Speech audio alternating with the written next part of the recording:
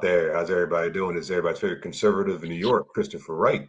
Here to present you with one of my momentous relax back and chats. Got a good friend of mine, a fellow patriot, main man in here today to speak with me, the urban conservative. Yes, sir. What's happening, brother? I can't complain about to step outside, enjoy some of this Suffolk County air. How's everything out in the city? Hey, man, not too bad, man. It's a nice day outside, man. I don't blame you getting out there enjoying this nice weather, man, we're having. Yes, sir. Yes, sir. Yeah, all right, man. So how's that been everything been going, man? You heard the news that's been popping up as of late with the gentleman George Lloyd that's happened. Yeah, we heard that. We got Ahmaud Arbery. We got this and thing. So, um, it's a lot going on, bro. It's really a lot going on right now. Yeah, man. And what's your stance, man? When you look at both situations, man, like, do you see any similarities, any big differences, anything that kind of stands out to you that makes you say, this is two different situations we're looking at here? One, let me double back and start off by shouting, saying peace to everybody on the check-in, and uh, uh, I think I think it brings up some interesting questions, right? These situations that come up that we're made aware of. It, to me, it always raises some interesting questions. One of the questions is, why do you care? You live in New York, right? Well, because it's an innocent life and an innocent life, and okay. So this is happening everywhere around the world simultaneously. You do understand what's happening in China. You do understand, certain Oh, countries in Africa, like violence is taking place at an astronomical amount right now everywhere. So if I oh, was to put the same energy into each case of violence, that you know, why am I only highlighting a few? It brings up that question. It brings up the question of, do the numbers support the outrage? All right, and I know that's controversial to say, but does the objective reality dictate we be this outraged? no, So that's a so very I fair mean, question. yeah.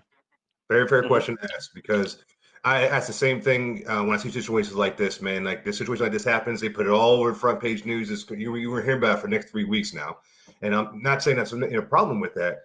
But when I talk to especially when I debate people within the black community about situations like this, the first thing I say is, like you said, where's the same energy when it's a black on black crime, when it's situations where sex trafficking going on in certain inner city in certain neighborhoods, but you guys aren't standing up and putting the same energy in. And I said, now I said nothing wrong with caring about an individual that might lose their life for some sort of reason because of the hand of a law enforcement officer. But if you are putting all that energy in for this one case, I hope they understand that if you put the same energy in for almost every case, then we would have a lot less black on black crime in America. We won't be stuck at the 13% population rate because we won't be killing each other off. We won't be aborting a lot of our babies. So we really be growing as a community that way instead of just putting all this Right. energy in for once every 4 or 5 months.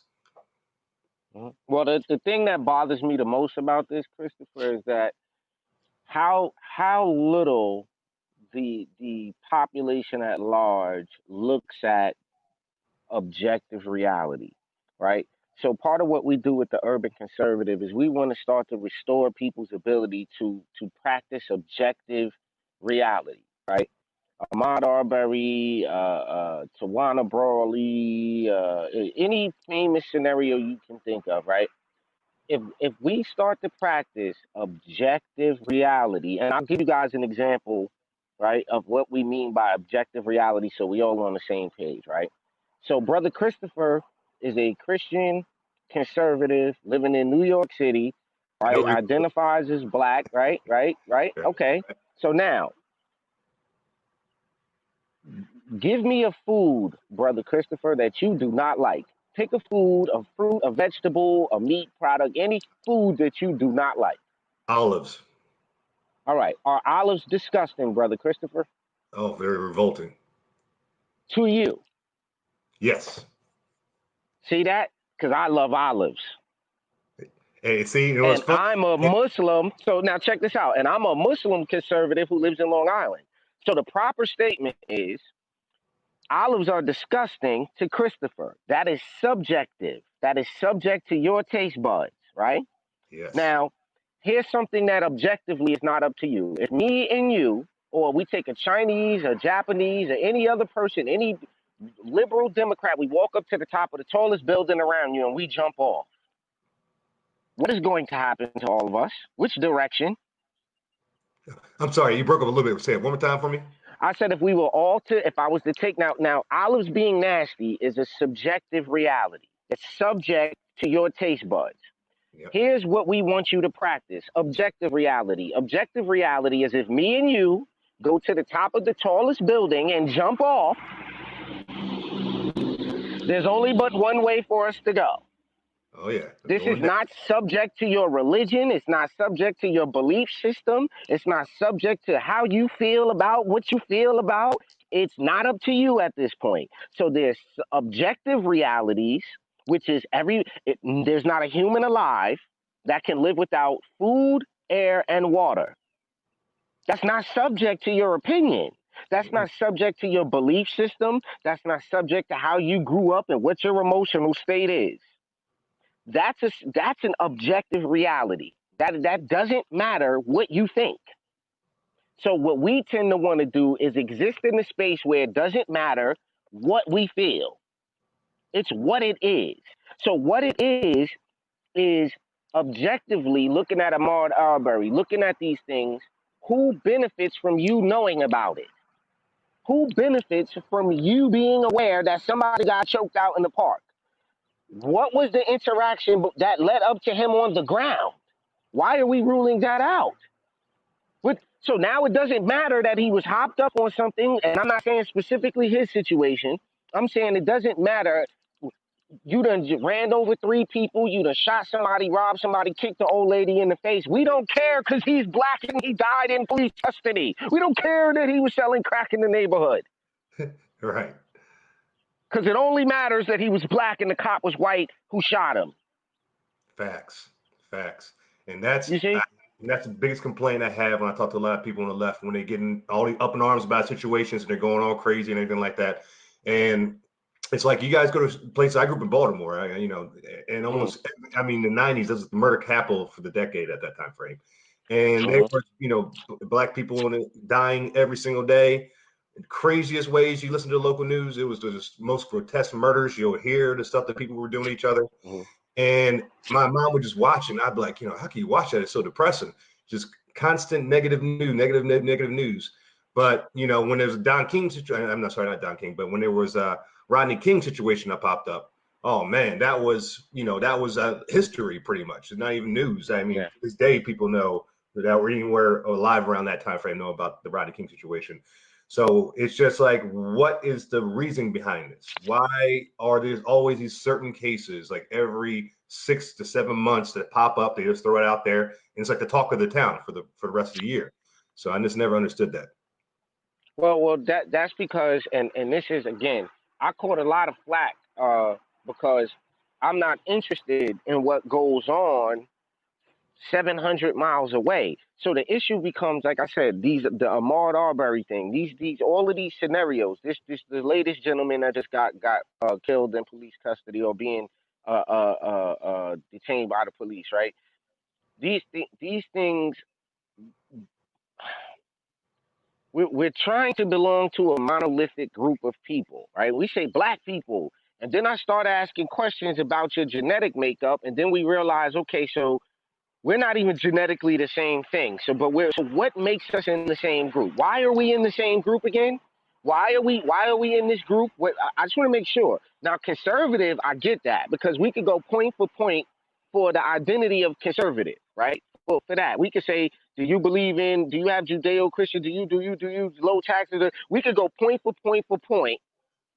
And in Christian, and when it comes to that, we can virtually line up at about 99% of our conservative things. But we say, okay, well, what quantifies us, or what qualifies us to be in the black group? Is it skin color? No, skin color ain't got nothing to do with it. Okay, like, because a light-skinned black person is still black. So what are we doing here? If this is the issue with that this brings up for me, like, what are we doing here? What do you mean? Right? What do you mean we're in the same group? Are we saying the descendants of slaves? Because now we gotta say, okay, well, are there any Europeans that are descendants of slaves? And why doesn't their slavery count? Well, it's not the same thing. So we can't be so subjective. Everything is subjective reality to the left. They manipulate subjective reality, right? And your persuasions and your taste and your preconceived notions. So we end up in a situation where the psychological problem is that people have huge egos. They're nosy as heck. People are nosy, bro. Oh, Like, I know. yo, I'm not trying to be mean, but if you got crime happening in your community and you have this deep philosophical opinion about Ahmaud Arbery, right? And you having conversations about this, you're a jerk. You're missing the whole point. You got crime where you live. Some old lady got mugged, robbed, something happened, somebody getting rich in your community. And you wanna deal with whatever you want to do. Like, I don't understand. So I'm not invested in Ahmaud Arbery outside of being a media person and providing that this brings up a lot of questions, Christopher. For me, it just brings up a lot more questions than I don't actually have an opinion on the situation because the young man, every person that I've known that's had on a winter coat in summer and no shirt on, every single one of them people that I know that ever dressed like that were ignorant as hell. I'm sorry to say it.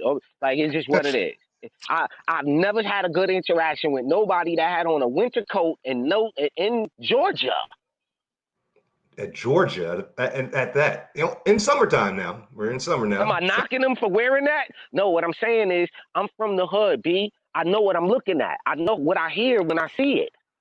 So the people who confuse us conservatives and think that we're not, like, all of us aren't these, like, we didn't come from like this middle, like, I don't come from flowers. Like, I don't come from this quiet of a neighborhood. You know what I'm saying? Like, this is new for me. I'm still adjusting to this. I'm still adjusting to the fact that road after 8 o'clock, nothing happening. Wow. I'm still adjusting to that. So for you to think that black has it's like the most counterproductive parts of American culture have been identified as black culture, right? And that's what this brings up. That's what this brings up is that we're not correcting the Ahmaud Arbery. We're not correcting we're not holding people responsible for their own actions at this point. Well, Because yeah, we're not. I think Yeah. a big part of that is because once you do that, you throw out the victimhood card pretty much. So And that's the creation of it right there, Chris. To me, anyway. Yeah, no, I totally agree, and that's why when I see these young, especially these young ignorant men, some of these men are really young ignorant dudes out here doing stupid stuff, and when they get in trouble, when something happens bad, then it's like, oh, feel sorry, we need to have flowers and dedicate, and reminisce on this person. I'm like, no, man, that's like the 13th crime that person commit at 17, 18 years old, and this one has got him in serious trouble instead of just getting handcuffs this time. And that's why when my dad taught me growing up, he said, my father taught me this. He said, only deal with the police when you have to deal with them. He's like, if you're in a car, go the speed limit. If you go down the street, make sure you cross, crosswalk, whatever. Do whatever it takes, man. Just don't deal with them. Deal with them as least as possible, because it's not that the police are bad. It's just like with any big group of people. If you have, a big group, there's always one bad apple of the bunch. So that goes even with the police force. And if the best way to avoid that bad apple is avoid all the apples in general. So, and that's what my father taught me. Right. So it becomes back always. It's always going to come back to personal responsibility. It's always going to come back to personal responsibility every time. So for anyone who suggests that some of these problems belong to society, I'm going to suggest to you to stop living in subjective reality.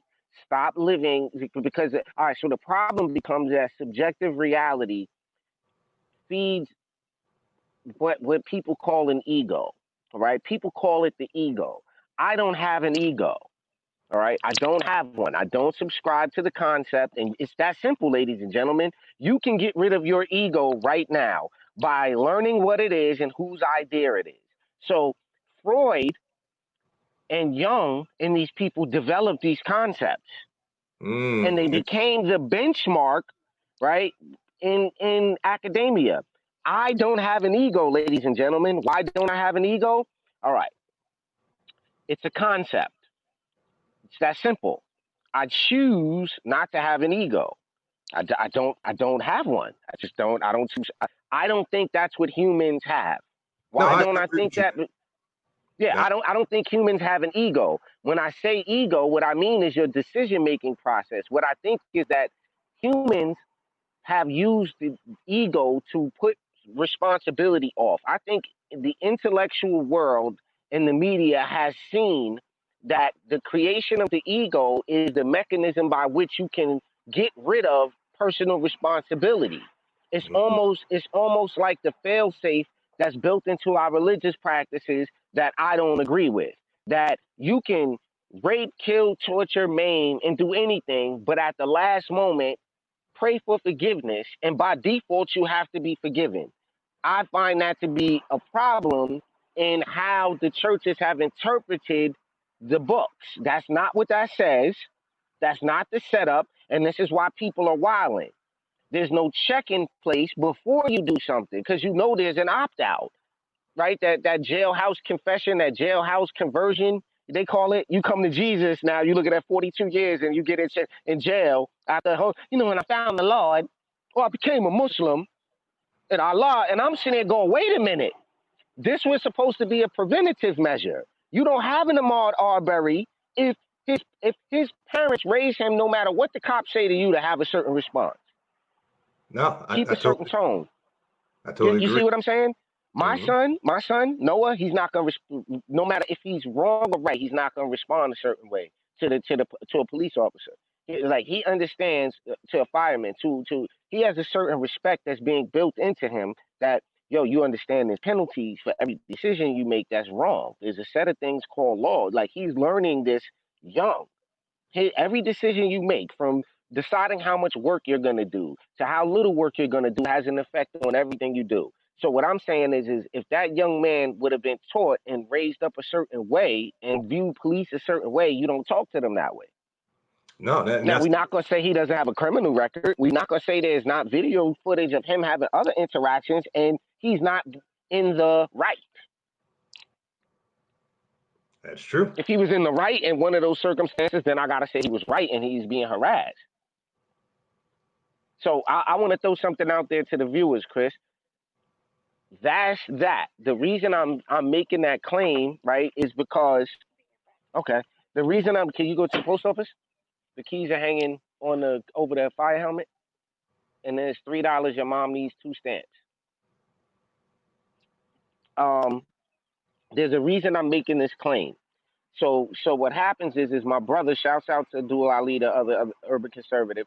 Uh, he Nothing. lives in Kannapolis, North Carolina, and we had a young brother come home from prison after doing some time. Was gang affiliated, had came home from prison, served his debt to society, came home. He's been home now maybe 2 years. Starts a landscaping business, becomes a successful landscaper.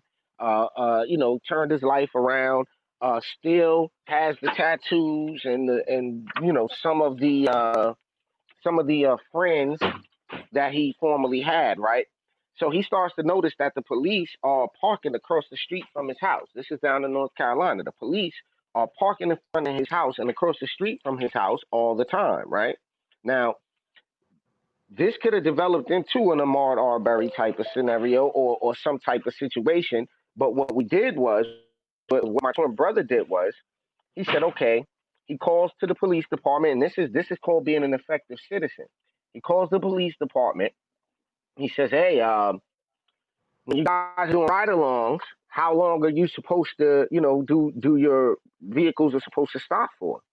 So the person on the phone says, oh, well, our vehicles aren't supposed to stay parked for more than 45 minutes. Okay. My brother tells the gentleman, listen, next time they park in front of your house, pull out your phone, video record how long they're there for. Okay. Pulls out the phone. Sure enough, they park there hour and 15 minutes, one in one sitting. So now he's like, okay, yeah, they here an hour. Then they know they're not supposed to be parked anywhere for more than 40 minutes. So now an interaction with the police and the young man happened in front of his property.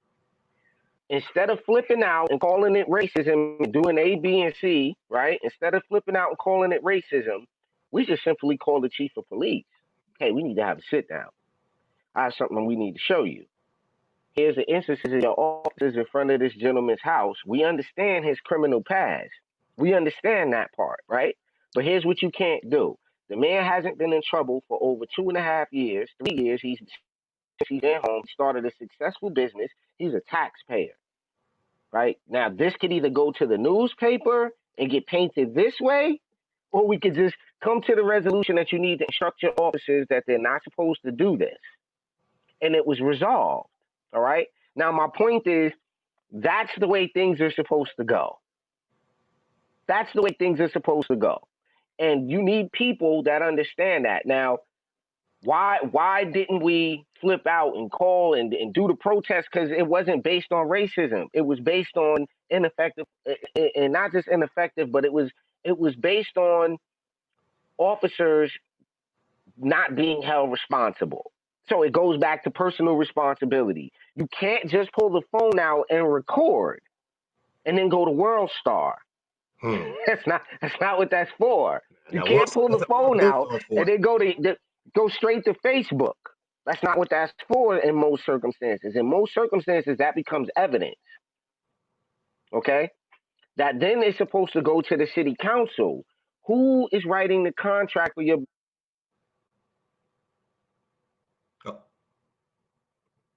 is responsible for contracting your local police departments, your city council, and your town boards? You, the citizen. You, the citizen. So if you have evidence, right, you can start to say, hey, we need to re-look at this police contract. This is not working. We need to start looking at things and the what are the means of redress for any issues that we have. Again, the minute people in positions of power, and most of these, here's the facts, most of these things are happening in democratically controlled neighborhoods. True. Oh man, you ain't kidding. I can name off just a top 10 list right now, easy. So I mean, are we making this up? Nope. So my question is, like I said, these things open up a big can of worms, and of course, we're not gonna sit here and say the loss of life is unfortunate, but what you have to remember is the gentleman, if you engage in a crime, I don't care what crime it is, and some of y'all are gonna go, oh, well, that's extreme. Listen, we're talking about people that are in the act of committing crimes. And the gentleman in New York that got choked out because of, like, he wasn't not engaging in a crime. And I'm not saying that him dying is justified by the crime he was committing. I'm not suggesting that. I'm suggesting that if you take the crime out of the equation, you usually don't have an interaction with the police. That's simple. That's simple, folks. That's all it is to it, man. But then once we get to the point where it's a black guy and a white cop, then it's like, oh, it's racial. Oh yeah. Oh, especially if it's around election season, it's real racial then. Oh boy. So they got to remind you then. Mm-hmm. Yeah.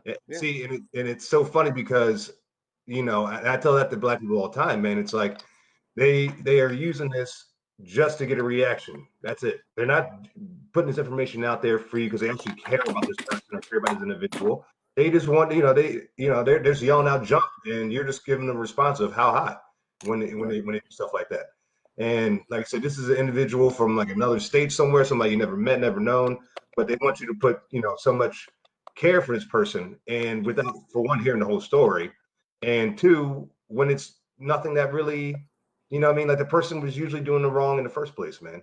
And like I said, what I want to teach young black people, man, especially young black men, is, man, like I've dealt with the police in my life in the past, quite a few, not quite a whole bunch of times, but just when it comes to driving, stuff like that, speeding. And every time I talk with them, I've been respectful. And I got to say, 80% of the times I dealt with the police, they let me off scot-free, And the reason why they let me off scot-free is because of the way I carried myself. And especially growing up in the city, I'm sure like when I was growing up in Baltimore, they dealt with people every single day, cussing them out, threatening them, calling them pigs, all kinds of crazy stuff. And when they meet somebody that puts his hands on the steering wheel, says yes, officer, no officer, what's the problem? What did I do wrong? I'm not too sure. When they hear that kind of stuff, man, they goes, you know what, man, just go about your day, man. You know what I mean? Because you just made their life so much easier because they were expecting this whole situation from and that's why I tell black people all the time, don't make it something so small into a big situation you can easily Right. avoid. Right. I know for me, like I said, and I know it's kind of like beating the drum over and over and over again, but I really am, hell bent, if you will, on trying to get people to understand that the more we self divide, right, the more categories that we have to put ourselves in, the easier it is to control somebody psychologically. Okay. So what I'm saying is the crack in our mental and spiritual armor, right? That crack, it happens before you're conscious of it. And what I mean by that is that no one has taught themselves to speak. No one. There's nobody who's taught themselves how to talk. It's just no one. I'm not saying you haven't taught yourself a new language. You started with a language and then learned some other ones. No one is born knowing how to talk. You have to learn how to talk. We are not responsible for our own initial paradigm. It is a freeing a suggestion that I'm making to you guys. To Here is the one time, as a conservative, as a Republican, I will allow us to look at something emotional, right? I'll say emotionally, you can take the weight of your current disposition or your past disposition off of you because you weren't responsible. Up until this moment, you weren't responsible for anything that you thought, or any preconceived notion you had. You're not responsible for up until you acknowledge this fact. Once you acknowledge this and you get real with yourself and you say, okay, he's right, now it's up to you. So you didn't teach yourself how to talk. You didn't choose what elementary school you were going to go to. You didn't choose your parents. You didn't choose what neighborhood you were going to grow up in. You didn't choose your social economic standing. You didn't choose any of these things up until right now. Now you can make a decision because I wasn't responsible for any of the wild stuff that I previously thought. So this is a very freeing exercise, and I do this constantly. I constantly go back and check all of my subscriptions and try to see, do I need to update anywhere? Is there an update required? So when it comes to race, when it comes to saying black people, right? Up until this moment, you don't have to subscribe to what you thought black people was. It's cringy for me, bro. It makes me cringe because I'm like, yo, a European can qualify as a black person. If they practice a certain culture, they're black. You're gonna then go, no, but black means the skin color. So genetics is involved, but the white guy and the person that you're saying is also black are the same color. Yeah, you run into And a then problem. you look at the Cubans, man. Cubans are like total opposite ends of the spectrum. You'll get a Cuban, way darker than me, then you get a Cuban lighter than Mariah Carey. You know what I mean? With So it's blonde hair. blonde hair. Yeah, So man. Yeah. so what I'm saying is this is mental confusion at a fundamental level. The reason they promote the Ahmaud Arbery's, the Rodney Kings, on a national level, I get it if you promote that in the local neighborhood. But what is the point of inciting this national anger? What would be the point? What benefit would be gained, right, from engaging people with this? And I say, and this is what it is. I call it the 13 years of slave theory. I call it, where you see anybody in American culture knows every 3 or 4 years in this country we get a new slave movie. You know what I mean? And they throw it out there. And they might have a little different bow on it, or maybe a little different wrapping this time around, but it's still the same inside. It's still core. It's the same. into the slave movie. When I was younger, I was very interested in slave movies, just being young. And I love history, so just anything historical. And when I learned about slavery, it was a very interesting time in history. But when I got older and I would see they release these movies every 4 to 5 years, I'm like, man, why do we have to have a slave movie every 3 or 4 years? I looked at it and said, it's like a reminder. That's why they do it, because they, when blacks are, moving forward, we're doing our thing. We're, as American citizens, or helping the country, building the country. They throw a slave movie at us to remind us again. Oh, don't forget though. You guys were slaves at one time. You guys were beneath us. You guys were treated as animals, and it's like, okay, there's one thing to know history and know, yeah, that did occur. I understand that, and then move forward from it. And there's another thing to keep tapping you over the head over and over and over again. Like, don't you. Well, let me ask you. It's interesting you say that. Let me ask you a question. Let's go look at all the slave movies we could think of, from Roots to like all the slave movies, right? Oh, yeah. And this is not a shot at anybody. So I wanna make sure this is clear. And I'm gonna say this before I follow through with my statement, right? I subscribe to the idea that in order for me to be a good Muslim, I have to be a good Christian. In order for me to be a good Christian, I have to be a good Jew. This is my idea. I'm not telling you this is what everybody believes and everybody subscribes. So I'm telling you what my theory and how and eventually you guys will understand why I say this. To be a good Muslim, you have to be a good Christian. In order to be a good Christian, you have to be a good Jew. Now, here's what I mean by that. And the reason I'm saying that, if we look at all the slave movies that ever came out, who's not in those movies?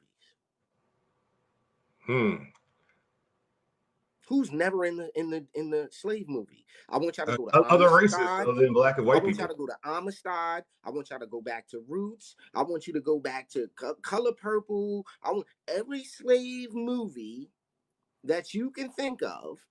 Who's not in the movie? Versus when we actually go to real life history, who's all in it? Every single step of the way, every single step of the way, every single transaction, every single dollar that was exchanged hands, this group was there in real life, but they're not in the movies. They're not in the movies. Interesting. The Democrats. No. The Jews. Oh. So let's ask a question. Where is the oldest synagogue in America? Newport, Rhode Island. Wow. Look it up. If I'm lying, I'm flying. I remember, in order to be a good Christian, and I'm a good Christian, you have to be a good Jew. So I need to know the history of the Jewish community. So my question becomes, where's the oldest synagogue? Why is the oldest synagogue where the oldest slave trading post is? Why was slave trading shut down on Jewish holidays in real life? Wow. Why are schools shut down for Jewish holidays? But why are they not in the movies? Do you know why? Who owns Hollywood? You already know, man. Now, am I making this up? No, they got it on lock. Am I saying this because I'm anti-Semitic? No, this is an actual objective observation. You would think that slavery was a Christian venture. You would only recognize slavery as an venture between Christians and African Americans. Oh, American Christians. That's how people think. American Christians. So there's a disposition that's been painted about slavery, and that goes, we got to take ourselves out of the story because we own all the stories. So we're going to take ourselves out of the story. Man, see, that would wake up so many people, man. If they could do one on the African slave trade and going on in Syria. That's still going on to this day. They're still doing slave trades in Syria. Well, my point in bringing this up is that the narratives are controlled by the groups. So the narrative that America, the media has, is controlled like by literally 7 or 8 companies, and we can name them. So I give you guys an example of somebody who is one of the most powerful men in the media world as it relates to media. Let me pull up this link real quick. No, I'm not going to make no claim. So when we start talking about news media and it's owned by 7 or 8 companies, right? What we can pull up right here, Sumner Redstone. Okay, and for those of y'all who don't know who Sumner Redstone is, here's a quick thing. Sumner Redstone, his real name is Rothstein. So for those of y'all who don't speak any German or the Redstone, Rothstein. Okay, so Roth in German is red. Stein or Steen is rock. Gotcha. Red Rock. Got it? So Sumner Murray Rothstein is an American businessman and media magnate. He is the majority owner. Now I'm going to show y'all this because I don't nothing to be taken that I'm saying is my opinion, or this is all objective. Let me go to the back camera. Done. This is all objective, just research. You just do the research and be objective. That's the guy, right? That's Sumner Rothstein, who changed his name, right? You can see right here, Sumner Redstone, It's upside down. born Rothstein. Oh, okay, hold on. There we go. All right. So, Sumner Redstone was born Sumner Murray Rothstein. All right. He is the majority owner. Here's what majority owner means: is the state or fact of exclusive rights and control over property. Game over. All right. And chairman of the board of National Amusements theater chain through National Amusements. Redstone and his family are the majority voting shareholders of Viacom, CBS, the parent company of CBS, MTV, TV Land, VidCon, Smithsonian, CBS Television, CBS. Showtime. Am I back in? Yep, you're good. Am I back in? You're back in. Can you hear me? All right, hold on. Let me back out because I had a call come in. I'm gonna back out and come right back in. Hold on. Yeah, man, that's some real information right there, people, man. Viacom, that's one of the biggest people that, one of the big 6 companies that own all of cable television. So I tell people all the time, man, you gotta look at television. I call it tell lies to your vision programming that you get from channeling. You gotta see the hint, hint, hint. And so when you do research, when you look at information, what you have to do is you learn to do your own research. There's nothing wrong with looking at a television to get information, but once you get that information, you gotta know how to look and check that information, then not just accept it. Right. So real quick, when we talk about the media is owned and the interests are controlled by, right? This is the face of the man who controls the narrative, his family, their values of what they think black is, of what they think American is, of what do you think the majority shareholder doesn't have a control over the views that are allowed on these networks and the type of programming that's allowed on these networks? CBS, MTV, TV Land, VidCon, Smithsonian, CBS Production, Showtime, Nickelodeon, Paramount Network, Big Ticket, Viacom, CBS, Viacom, CBS Domestic Media, CBS Network International, Comedy Central, Paramount, Miramax. All right, dude. When we say the media is owned by like 7 or 8 groups, this is not a conspiracy theory. This is not us making up some false claim. This is who allowed certain content to be played nationally. That At dude the looks end, evil, man. he has to say. He has to say. How do we know that? Because he is the majority, and this is up until now. He's not dead. All right. He has the majority shareholder and chairman of the board, right, of National Amusements. He and his family are the majority voting shareholders. So what interest? Where does his interest lie? Do you think his interest lie in getting to the facts, or does it lie in creating intellectual properties to keep his family secured for, if not the next 100 years, that's hundreds of years, right? What do you think? I'll What do think you think? I'll think the latter. I say people all the time. You gotta look at it. They look to enslave now, but not in a physical form as much anymore, but more of a mental. So Right. in television, like I was just mentioning, when for that moment you stepped away, it's tell lies to your vision programming, and it's there. If you stare at it long enough, you will become it in a way. Right. When I talk to Black people all the time, man, and we debate politics, or I talk to them about history, it just amazes me how much that the TV dictates of how they think.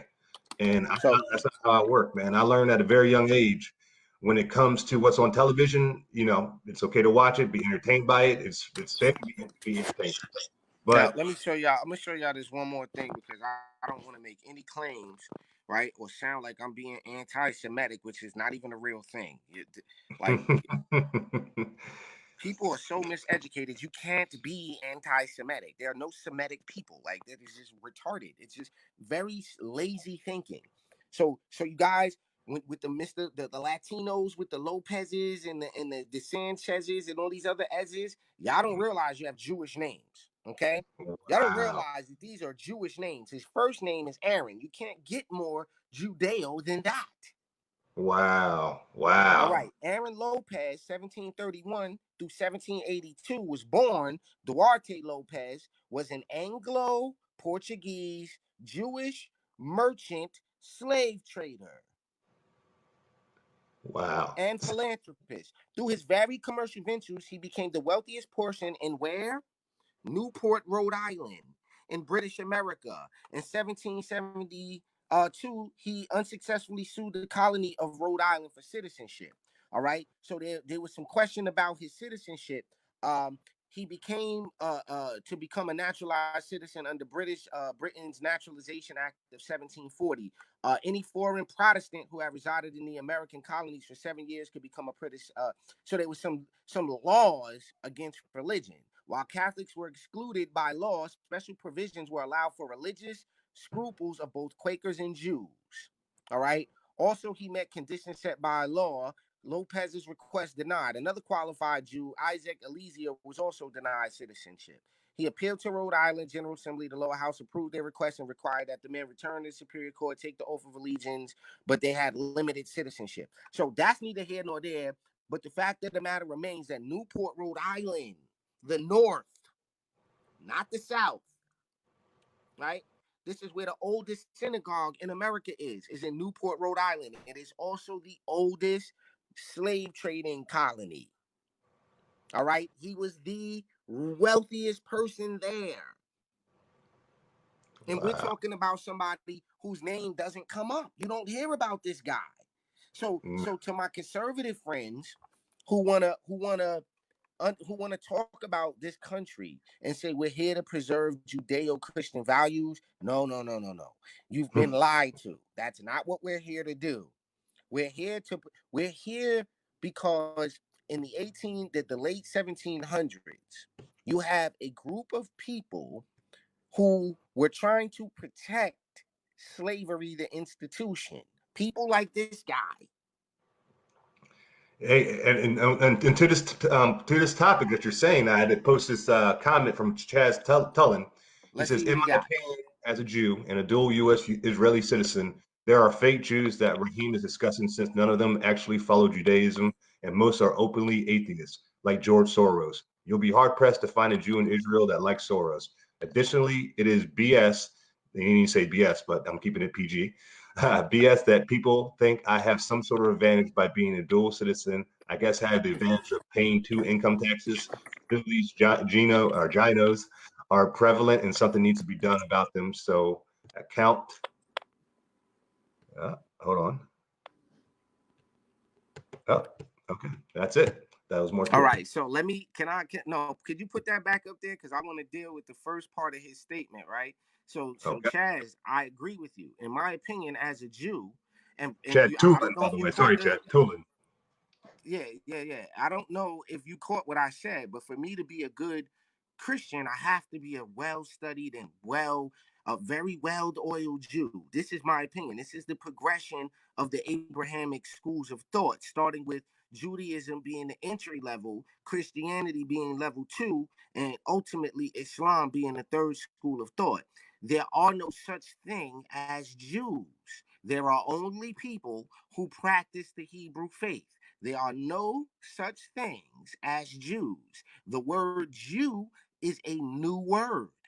It is a new word on the planet, and here's how we can prove that. I'm gonna show you in real time. So you go here to the etymology dictionary, and etymology is the study of the origin of words and the way in which their meanings have changed throughout history. Okay, so we don't need a dictionary. We need an etymology. We need the etymon, or the egg, the origin of the word. So now we're going to go to the online etymology dictionary, right? Which I know is kind of sounds weird, but here's what we're going to do. We're going to type in the word Jew, and we're going to look at the origin of this word. You don't have the word Jew on the planet to the late 12th century, which is the 1300s.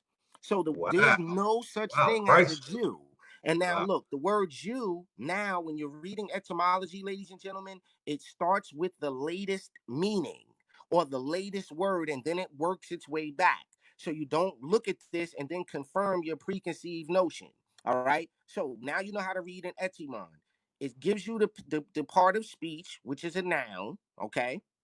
Late 12th century. This is the first time this word shows up in the late 1100s. And it was as this word, Jew, or Gew, a Jew, ancient or modern, one of the Jewish race or religion, from Anglo French, Old French, right? From the Latin, Judaeus, from the Greek, from the Aramaic. See the word in parentheses, Semitic, because Semitic is a language, not a person. You can't be anti-Semitic. Uh, Aramaic is the parent. This is the child system. Aramaic was the what's called the lingua franca at this point in history. So Aramaic, Yudi, a Jew from Yehuda, Judah, literally meaning celebrated.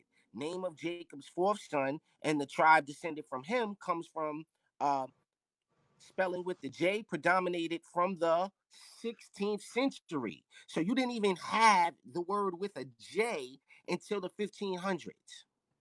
So the word Jew doesn't show up on the planet until the 1100s. Nobody that we call Jews would have recognized themselves as such, which is the point that I'm getting at. So colloquially, we can say the word Jew. But when we're being learned and studied and we're teaching what astonished, how Jesus astonished the elders when he was 13, this is what he was talking. He walked in there and said, why y'all calling yourselves this? Y'all are not that. Because Jesus knew language. Jesus understood etymology and the original meanings of things. So when you understand that, we could say, oh, they're Jews. No, they practice the Hebrew faith. That's different. There's no human race called Jews. You have Eastern Europeans, you have Western Europeans, Ashkenazis, right? And Sephardics.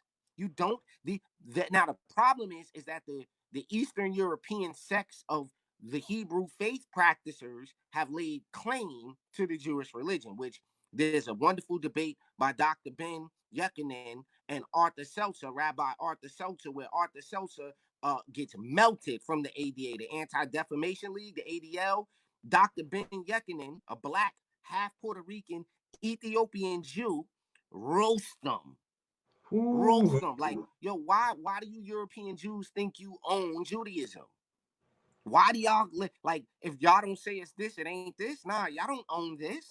He let him have it. But so I agree. If you could put the brother's comment back up, I agree with him that the people that we're talking about are not practicing Judaism. Those are fake Jews. They're not practicing the Hebrew faith. How do we know that? Because the things they're involved with, and they are openly atheists, right? So that is just oxymoronical that you can make a claim to be a Jew and then follow that statement. Like you got these entitled young Eastern European Germanic little white girls running around talking about, yeah, I'm Jewish. I'm Jewish. Yeah, my family's Jewish. So I'm an atheist. yeah, I'm like totally Jewish. I'm an atheist. Like George Soros. You'll be hard pressed to find a Jew in Israel that likes Soros. I agree. Additionally, it is Well, bullshit. you remember, speaking about George Soros, you remember the story of George Soros when he was a little boy, and they started putting Jews in a concentration camp over in Germany. He was like a snitch for them. Like he was a little boy at the time, like 8 or 9 years old, but he bragged about snitching on where Jewish people lived so they could get sent to the concentration camps. And when he was talking about it, he was laughing while he was telling the story. So Right. he was still getting, he got enjoyment out of it back then, obviously, and he was still getting enjoyment out of it now. So I'm like, Right. if that's like somebody who's a true Jewish person that would laugh at their own community getting rounded up and killed. Right. Well. Again, like I said, because I have a very unique disposition about history and how to see it. That the idea is no different, right? They harp on slavery like they harp on the Holocaust. They harp on they harp on the killing and the murdering of Native Americans, of which I'm in the group. Okay, I'm in the group of Native Americans, and we don't have yeah. So now black includes Native American. See what I'm saying? It's Now funny that you black said includes. that. I say the same thing, man. Like, if you see a dude, who's mixed with, say, a Cuban, a black dude, and they're mixed Cuban and black, and he's dark and he's dressed, urban, hanging out, you can be like, man, you ain't black, man. You technically, he's just black. There's no questions about it asked. So So it's just, so so there's a couple of other concepts, right, that you have to bring to bear when you have these conversations. And again, I know we kind of got far away from the initial point, but this is the can of worms that's opened up because the level of education culturally, right, the cultural relativism, the ability to view things objectively. I have an objective view of Judaism. This is not a matter of what I feel like it should be, or because I grew up with it and my nana was a good Jew and practicing Jew, and that, like, I don't have that. Like, it doesn't matter how I feel about things. How I feel is totally irrelevant. What is it? It does not appear on the planet to the 12th century. There's nobody talked about being a Jew with the letter J until the 1500s. wow. So you run Wow. into this problem where you're either going to be objective in your research and objective in your view of the world. So in all reality, all right, does it sound like, from the interactions that we can see from Mr. Arbery, does it seem like he was headed in a good direction with all of the gun to school, the shoplifting videos, all of these different things? His disposition, does that look like somebody who's on their way to a productive life? Very upstanding young man, if I could say so myself. So I get it. You could take it. You go to prom. You put on a tuxedo. They snap the picture. Everybody looks like a nice guy in a tuxedo. Yeah. So here's my theory. You either look like a nice guy or a sociopath. Yeah, it's one or the other. You either look like a doting young gentleman, or you look like a And complete see, psycho. that's why you do it, man. Because anybody who's has education knows when it was picture day, mom had you looking, like you were ready to go, become president of the United States. You know what I mean? So it's funny every time you see situations when they pop up that high school picture, that immediately gets my hair standing back of my neck. I'm like, what's going on here, man? What y'all up to, man? And with Trayvon Martin, they had his middle school picture up there. I'm like, y'all couldn't get his high school picture? Like, man, y'all was I, going right in the middle school. Listen, I'm so on the fence with a lot of these so-called public events and these public shootings and these events, right? I'm to the point where we live in and I'm not a conspiracy theorist per se, but I wouldn't be. It is totally plausible to me that some of these events, even if it's 2 out of 10 events are staged, I would say that's a plausible thing. I would be on the side of saying that it's plausible because I've seen things with my own 2 eyes Facts. that that I'm objective enough to know, and I'm not naive enough to think that this is beyond human beings' behavior. Um, what people have done historically in the name of God, for example. Think about this. Like, what people throughout history have done because they believe in the Bible Hmm. or the Quran or whatever it is they believe in. You believe it that much that you have went out into the world and done some atrocious behaviors, right? So what makes me think it's beyond modern people? what makes me think that it's beyond us? That all right. So there's a push to have pedophilia not a crime. I'm not surprised, Hmm. right? Man, they got an organization for it, man, blood. All right. So Man. anybody who thinks I'm kidding, right? Look, you can pull this up for yourself, right? And Wikipedia, ladies and gentlemen, because I just showed y'all by showing you that Aaron Lopez's information is skewed. right? So I don't think Wikipedia is the end all be all, right? However, it's a good starting point to get a basic or general overview of the subject matter that you're looking at. So don't just stop and believe Wikipedia. Don't stop Yeah. there. That is a Yes. good That's the key. launching That's the point, key right? word. That's the key statement right there. Don't stop there. That is the key Right. statement. I want you guys to make sure. Yo, hold on. Listen, this is an actual thing in America, right? And hold on, I'm not even gonna tell y'all what I'm pulling up. All right, here we go. So check this out. This blew my mind. All right, and I have to be totally honest with you guys. Was having doing a show with somebody, and it came up, right? This subject matter came up. So first things first, right? We got to take a look at this. Now, this is what I'm talking about, because there's some justifications being made here. All right. So cousin marriage laws in the United States. Oh, Yeah, this is a thing here. The red states, okay, the dark, deep red states where it's a criminal offense. So, for example, in Texas, it is a criminal offense to have sex with your first cousin. We will bring you to jail. We all know that Texas is what? How Republican is Texas? oh, it's red. All right, the states that ban first cousin marriage. So now we see there's a lot of states, and the stripes are banned with exceptions, statutes that ban. So you have some states where it's just banned, or it's banned with some exceptions. Like there might be some exception to the rule, which I don't understand, right? But look at the states where Nevada, you can't do that. Prostitution is legal in Nevada, but you cannot marry your cousin. Okay, you will go to Wow. jail. That ban it. Priorities These are the again. states that Oh. banned it. Now let's take a look. Notice that the blue states allow it. California, is that a Hmm. liberal state? Wow. Is New York, where I'm at, or we are, a liberal state? What does blue Wow. mean? What does blue mean? First cousin marriage is legal. So Wow. Read it Florida. from week right there, folks.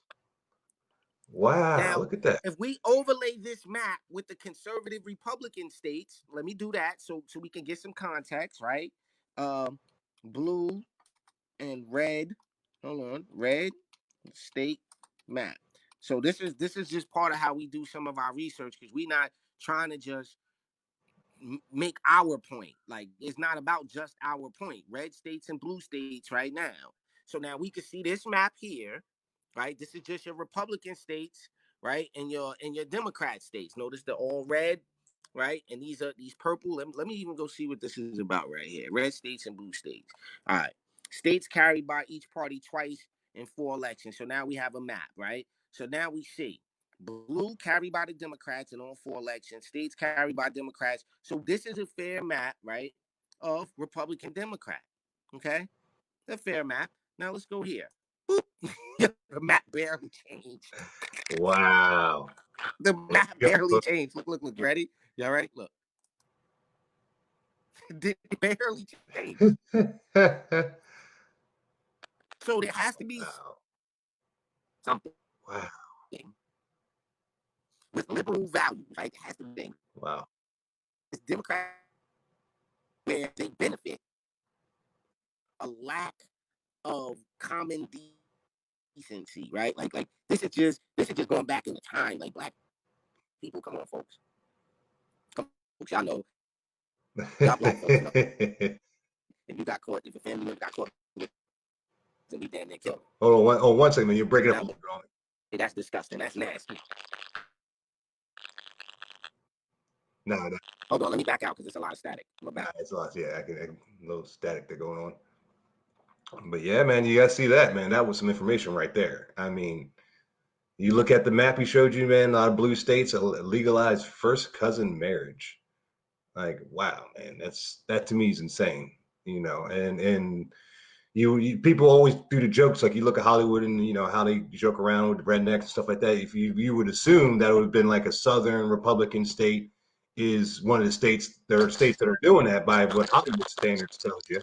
But now you see when we get the information, the Yeah, actual facts, It ain't like, I was telling them how, it's they think stereotypical rednecks are participating in something like first cousin marriage and all that crazy stuff. But when you look at the map, man, it's the place, the Manhattans of the world and everything else. And I tell people all the time, being a black conservative, I deal with people, blacks on the left, who are just everything's racist, everything's white, evil white man's out to get them. I call it the evil white man boogeyman underneath their bed and all that stuff. And they're so paranoid. And I'm like, you want to see true racism? Just put on a Make America Great hat come up to Manhattan, walk through, 34th, go to 42nd Street, just walk a couple blocks and tell me what you hear and what you see. And then you'll see what true racism looks like, man, because it is not where, the Hollywood of the world wants you to make you think it is, Oh, hold on, Raheem. Your sound's cut off and get your sound for you. Oh, can't hear you. It says your mic's got a slash through it. A little technical difficulties. Well, until he froze up on me, Raheem. I can't see you right now. But while we're waiting, we got Chaz Tulin. He's got this comment here. Miles' recent show on Judaism, where he interviews an Orthodox Jew from Brooklyn, is actually really good. And that guy explains things better than I ever could. It made me realize that the reason why a lot of my views are different from my friends growing up is because I think I am the only Jew that I know that had a family that fought in World War I and World War II for the U.S. Every other Jew I know comes from a family that immigrated here after World War II, so they don't have much of a connection to our nation to me. Very good point. Very, very good point. And I worked for a Jewish company for 5 years, or 4 years, I'm sorry. And, they were good people. I tell you, when it came to money, they were on point. I never had a company so accurate when it came to that part of things. But, they are really, they're really just really to themselves. They're, what I mean? And they don't, outsiders coming in, they don't let them in. And that was a big shock to me when they hired me. But, I was making the money, so hey. Yo, I was sorry about that. I had a little technical difficulty, right? What's going on in the comment section though? Because I seen there was some comments, right? And I'm real curious as to what's taking place in the chat. Hold on, what we Yeah, got? I was looking at. Well, I was looking back at James Lynn. I want to touch bases with him again if he's still in here. I don't know if he's here or not. He probably rolled out on us, but it said you were just disproved in Minnesota. We demand justice. What was just disproved? And that's my question. It's like because I never said yay or nay when it came to the George Floyd situation. I personally, I thought it could have been handled better. From the pictures I've seen, like I'm not, I'm a person that if somebody's trying to play victim, I'm not going to roll with it. I'm not going to be a part of it. But I'm a realist as well. I mean, I saw the video footage. The cop had his knee on the gentleman's back of his neck. He had his hands behind his back. He wasn't even look like he was putting up a fight. Doesn't look like he was struggling. He could have, in my opinion, handled it better. Yeah, I need to see the 5 minutes before that, though. And that's where I was about to get to. I want to see the entire See, y'all footage. going too fast. I want to hear the entire story. Fast, Chris. They go too fast. It's like as soon as you see something, you forget there was 15, 20 minutes, an hour that led up to that. Now, me saying that doesn't mean that I don't think the cop was being excessive. What I'm saying is at the point where you have the man handcuffed and he's no longer a threat, get off of him. I said it. Now, I said that part. Yep.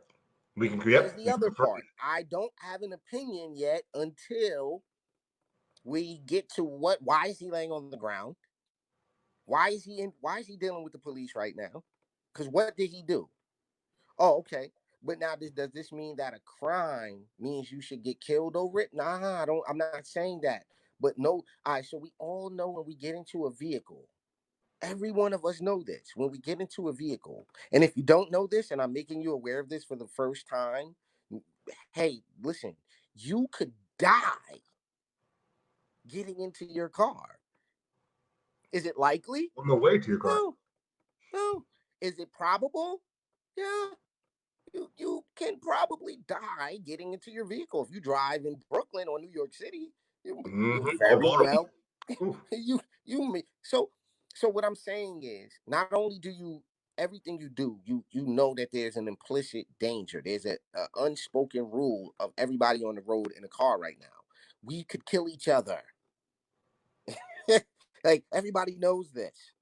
In a When you heartbeat. buy a pack of cigarettes and you begin to smoke them, not only are you you know at that moment you're killing yourself here, right? So what's my point? Well, So you my know, when you point take the is plastic off, you see the caution. my You know, point I is the mean, minute you engage in an illegal activity, you will then know you have to deal with people who have guns, which increases the likelihood of you having a life or death interaction with someone. You gotta know this. Even when you're doing something like, all right, are we talking about because the situation that happened out in the Midwest with the young man with the toy gun, right? You notice that got oh quiet yeah, real fast. oh Why did yeah, that get quiet so fast? It's because the disposition of the young man, the conflicting reports about the young man was terrorizing people with the gun, conflicting reports coming into a high crime, low income area with police who have not good interactions with. It's a high crime area, so they're not coming there when they hear somebody with a gun, they're not coming there to figure out if it's a toy gun or not. Because a lot of people are getting shot and killed. A lot of people are getting robbed, raped. Drugs are being sold. So none of this gets accounted for in our decision-making process about Ahmaud Arbery or this other gentleman, Mr. Flynn, who was just killed. Yes, he should have not died in police custody. Sure. Why was he in police custody? Why?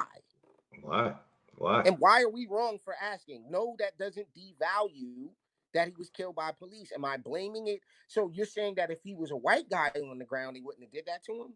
I disagree. I Yeah, disagree. and see, and it's funny that you say that because I see similar situations happen when I hear stories. I've seen this a few times where black youth will go into somebody's home, you know, rob the house. The homeowner pulls the gun out, kills the kid. Then the mom's on, you know, screaming on the news the next day, like, "You killed my baby," and you know, he didn't have to do all that. He was just, you know, just trying to go in the house and take a few. And they're trying to like talk in a way where it's like they're trying to like just kind of discredit the whole situation of the guy defending protecting his home.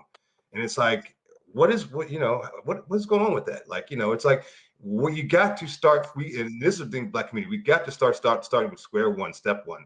When a situation happens, instead of going to just who's guilty right here, right there, what led to that? How did we get to this situation in the first place? Right. And if you look at that, a lot of times that's when they start looking at that is when they start getting quiet. A lot of times, I notice when it comes to the news, is they'll come out loud and oh my gosh, the evil white man's out to get you. Look out! And then the information starts coming out, more information starts coming out, more video footage starts coming out, more audio starts coming out, and they just like, well, okay, I'm just gonna step back now, and it's Right. quiet. Exactly. Right. So I wanna show you guys something real quick. I want to show your audience something, and this is part of why I have the disposition that I have as it relates to race in America, right? So, like I said before, because this is all we want to blame things on racism.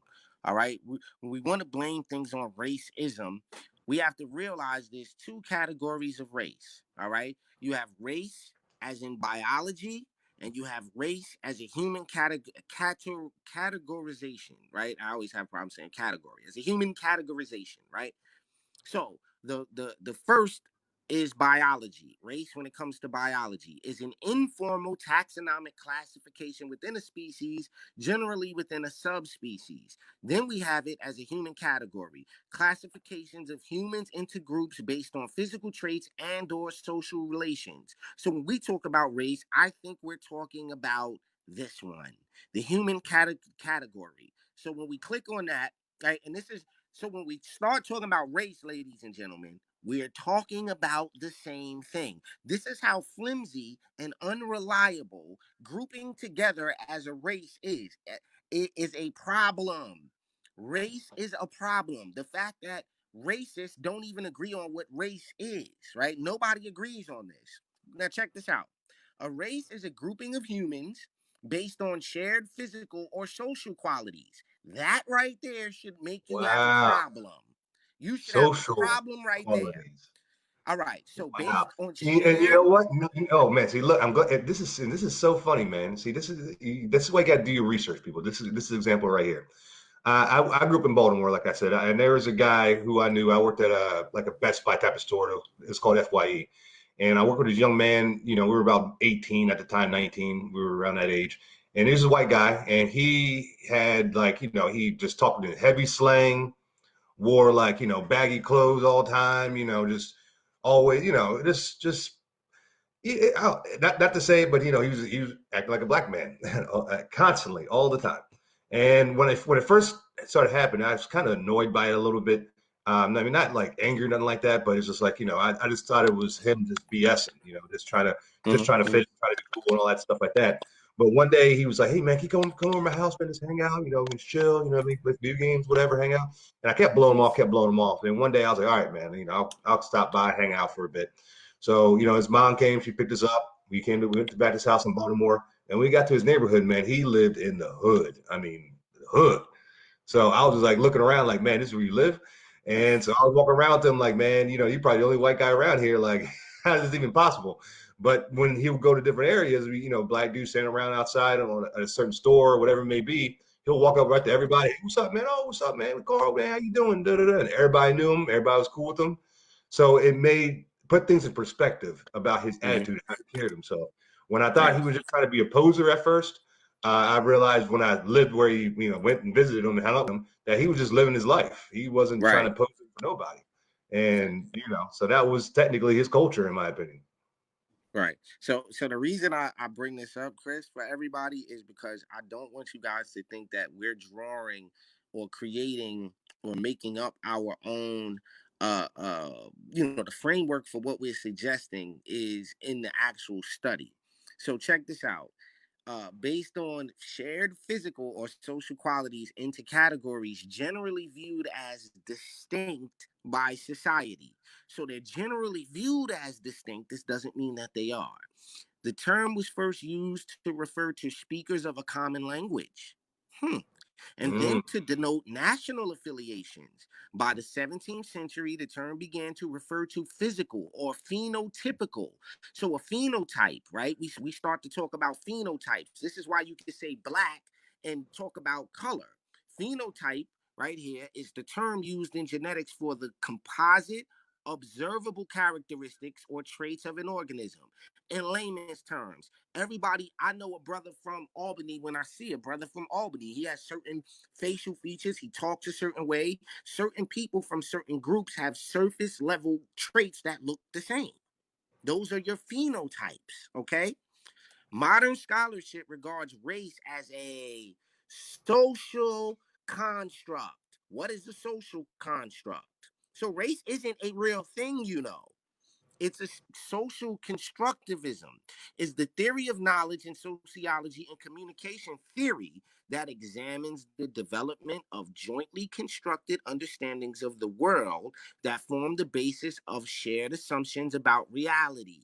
So a social construct is not a physical thing. All right. So by the 17th century, the term began to, now we're dealing with the 1600s. All right. And this was the development of the schools of thought of modern anthropology, where they were looking at skulls and they were looking at skull size and looking at the nose breadth and width. All right. This where your jokes about black people and lip size and nose size and all of these things come out of the 17th century because this is what the Europeans were studying. So the modern concept of race, right, by the 17th century, which is the 1600s, modern scholarship, so now we're here today. Modern scholarship regards race as a social construct and identity. What is an identity? So as we go through these things, we got to make sure we're defining the term so we don't forget what we're talking about. Identity is the qualities, beliefs, personality, looks, and or expressions that make a person or group. One can regard the categorizing of identity as a positive or a destructive. So it can be either. Identity can be a positive or it can be a destructive, which is a sign based on rules made by society. Wait. Modern scholarship regards race as a social construct and identity, which is a sign based on rules made by society. So this isn't even based on science Race isn't even based on science. It's based on modernly on rules by society. We determine what black is. So there's no criteria really, because you could say I'm part Native American, but I'm black, which doesn't make any sense. Right? It doesn't technically make sense. While partially based on physical, so now here we go with the part. While partially based on physical similarities within a group, race does not have an inherent physical or biological meaning. Game over. It's over. So I don't want to be a black conservative. It doesn't make any sense.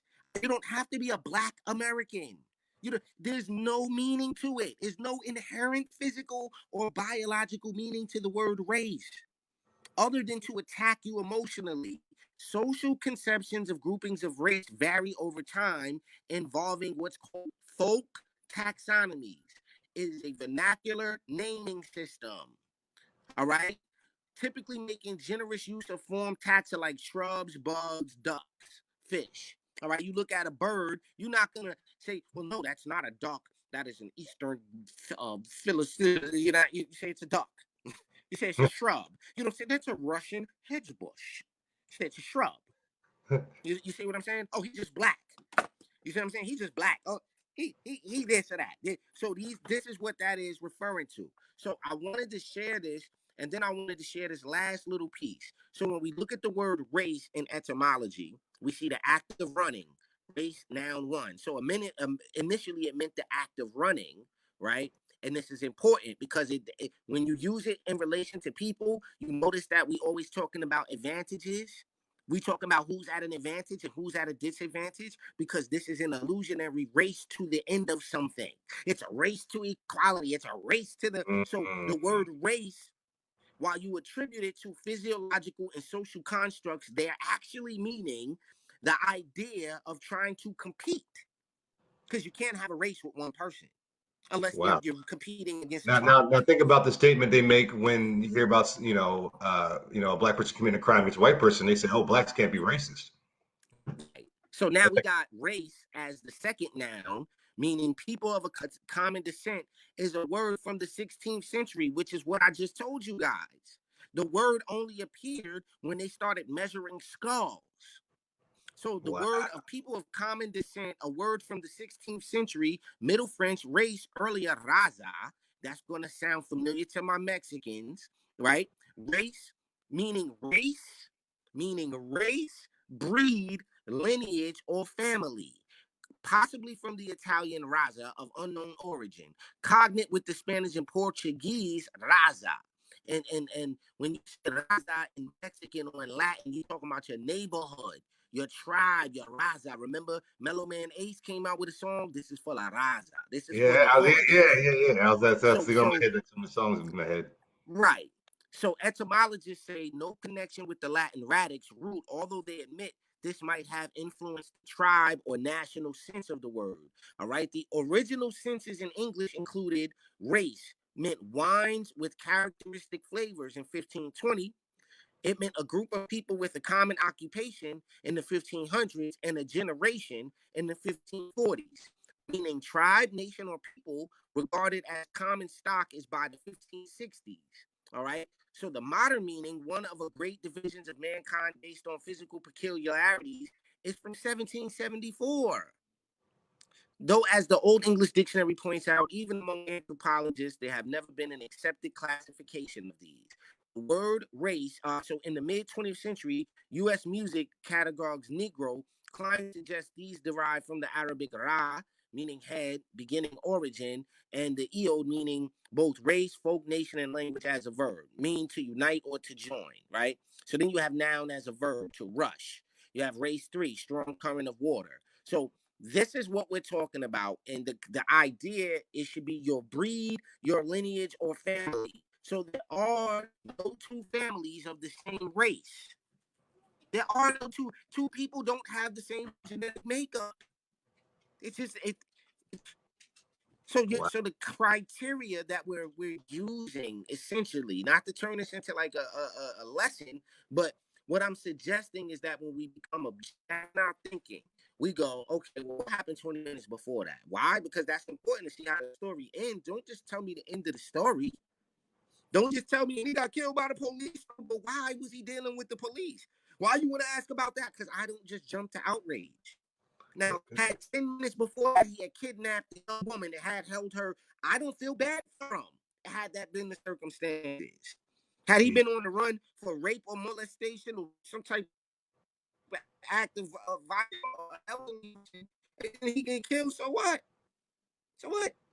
And see, they always want to leave that part out, because if you leave that part out, then you can play your victim. That's what it's all about at the end of the day. That's all these lot of people, when they put these fights and get all angry and are out here, justice for so and so. They just want to play victim. They want attention let me ask you a question. themselves. You know what happens in a lot of Islamic countries, and now I'm gonna preface this by saying I'm not talking about bringing Sharia law here or not. I'm not a proponent of that. But do you know what happens when you steal in a lot of Muslim countries? Oh yeah. You know what happens when you steal? Yeah, they'll get rid of that hand. Off of that hand you stole from. We'll take that hand. I think that's an awesome deterrent, if you ask me. Like, if you ask me, Let me tell you something. The only time I stole anything in my entire life, and I'm honest, swear to God on this one, man, is I stole a handful of walnuts from a grocery store when I was 7, 8 years old. And when my dad saw I had those walnuts in my hand later on in the day, we were at the house, and he asked me where I got them from, and he just gave me that look. He whooped my butt so bad for stealing those walnuts, man, that I haven't stolen anything since. Like, people don't understand, man, that real, upside the head sometimes is what you need to get in check. So I see other countries when they got the old fashioned way of doing things. We just take your whole hand. I'm like, hey, that's one way you can do it. Right. No, that makes absolute sense. So again, I'm not advocating for Sharia law or saying to do that. I'm saying no. There should be penalties. Every religious book, every one of them have penalties for theft. Okay. Every one of them has a prescription of law for theft. And I'm saying if you have a problem with the ending penalty, or you have a problem with the ending, but you're not willing to look at how a person got there, I tend to not even want to get into a conversation. Once you cancel out, okay, but what did he do? I understand he got killed by the police because the guy was being excessive. I got that part. But what did he do? Yep. We have to say, how did he end up down there? That doesn't matter. He killed because he was black. So how do you substantiate the claim that he was killed because he was black? How do you substantiate that? How come it's not he was a black guy who happened to get killed because the cop and that's my thing. And that's the same we were talking with Ahmed Aubrey. It's like, I don't have a problem with the news reporting on it, but report jogger gets shot by two, assailants. Leave it at that. And that's a story. And then I'll do the research from there. I can find out what skin color they are, whatever, if I want to look that into it. But just tell the story. But when you headline it, black boy murdered by two white men in Georgia on the back of a truck, one had a shot, they know what they're doing when they word it that way. That's going to get people just reading that headline alone will get you ready to go out and do Mississippi Burning Part 2. I'll make a suggestion to everybody that if you do just the slightest bit of your own research into some of these concepts that we're holding to be true, like racism and these other concepts like race and even some of our religious beliefs at this point, we gotta start. I had a call come in. Sorry about that. I had a call come in. So even these things that we hold to be true, right, without little to no investigation, I think that is a disservice to us as humans. I think that God intended for us, right, for those who believe in God and subscribe to the idea of God. I don't think it was God's intention for us to be ignorant, blind fools. I don't subscribe to the idea that the highest of intelligences would give us this unique gift of life, this unique gift of a mentality, of the ability to affect the planet and each other in a manner that can be cataclysmic or can be enlightening. No other creatures have this ability. We could try to compare ourselves to ants if we want, and we have a lot of similarities with our behaviors and ant behaviors, but we're unique. There's no ant sculptures. And that's the beauty of God's his mind. And that's why I say, that's why when people who claim to be atheists, he's gonna be right back, guys. Sorry about that. But when people claim that they're atheists and, oh, there's no God and there's, it's impossible. I tell people, look at the beauty of life, look at the beauty of the world. Like this is a perfect example when, like you said, we're much more intelligent than ants. We can obviously know that, we can tell that. But when you look at human beings, especially here in Manhattan, New York City, and you look at it from a distance, looking down on a busy workday when it's not, quarantine situation, we look like ants, just going about the day. And so you see, there's a designer who designed it. If you look at the ocean water and you see a wave clash with another wave, guess what that looks like? It looks like two clouds when in the sky that hit each other. You see the same type of formations. So you've got to look deeper when it comes to these situations, man. And Right. I I will tell you right now, as all three of the above, right? And the reason I subscribe to being all three, a Christian, a Muslim, and a Jew, but primarily to me, Islam, peace, is the highest or graduating school of thought for me, right? So the reason I say that is because, and I'm not talking about Qurans, I'm not talking about Bibles here. We're not talking about that. We're talking about archetypal principles. One of the terms we come up with, and what we find in all the literature, is that in the beginning was the word, right? In the beginning was the word, and the first thing, and the word was God, all right? And that's misinterpreted a lot.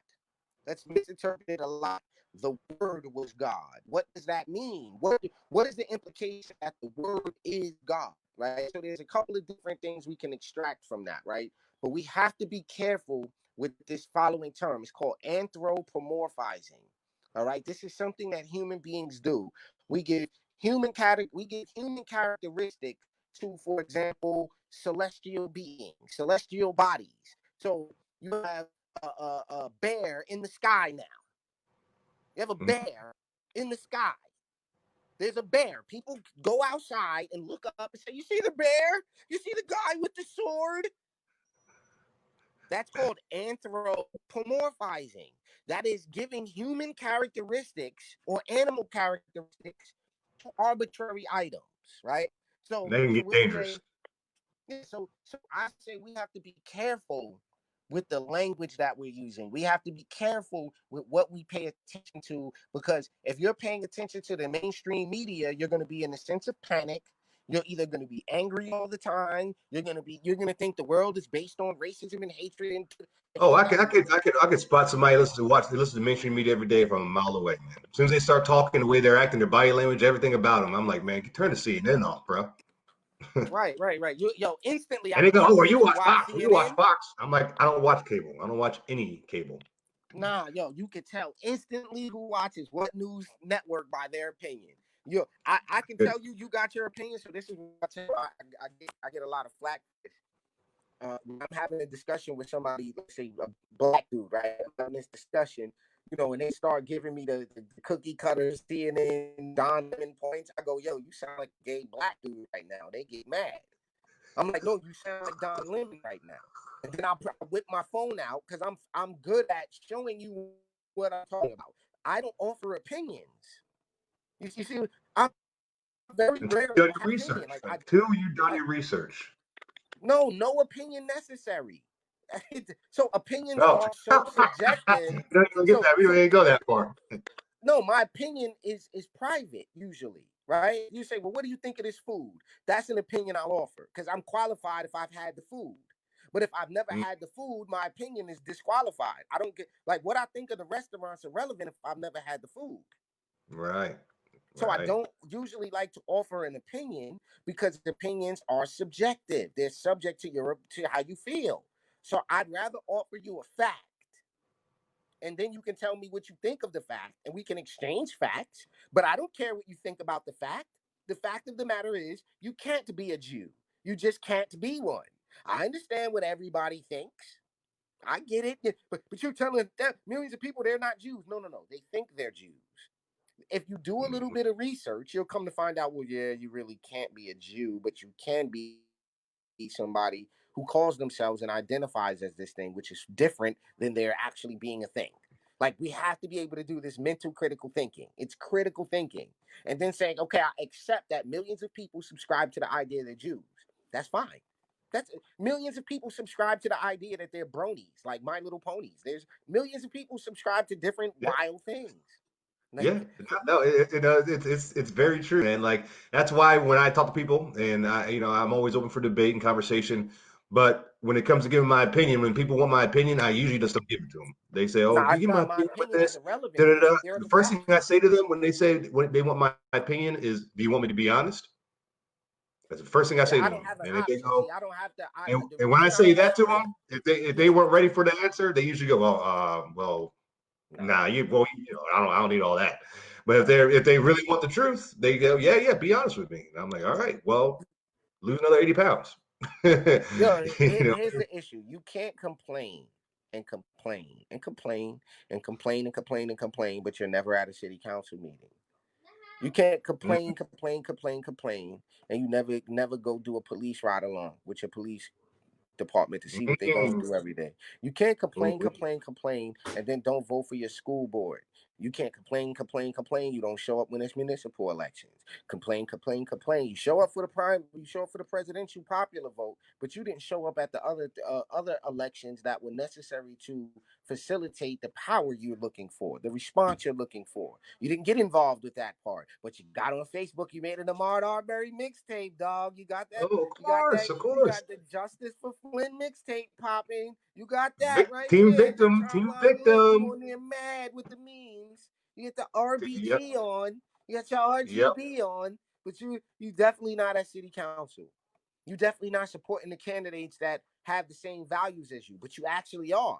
You actually are, because the conditions of the community could be based on those in charge of the community. So if you're electing officials and your community suck, you got what you voted for. That's who you wanted. That's what you You asked asked for it. for. You asked for a crappy community. If you don't want a crappy community, don't vote for people who only just went like, so elected officials, right? It's the thing I noticed. Elected people who are in politics have a passion for it, right?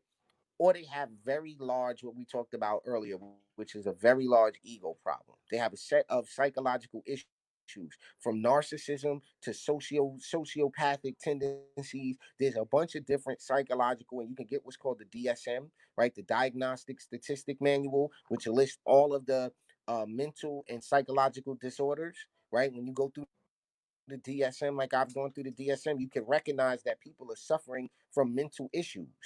It takes a certain type of person to want to be in charge of everybody.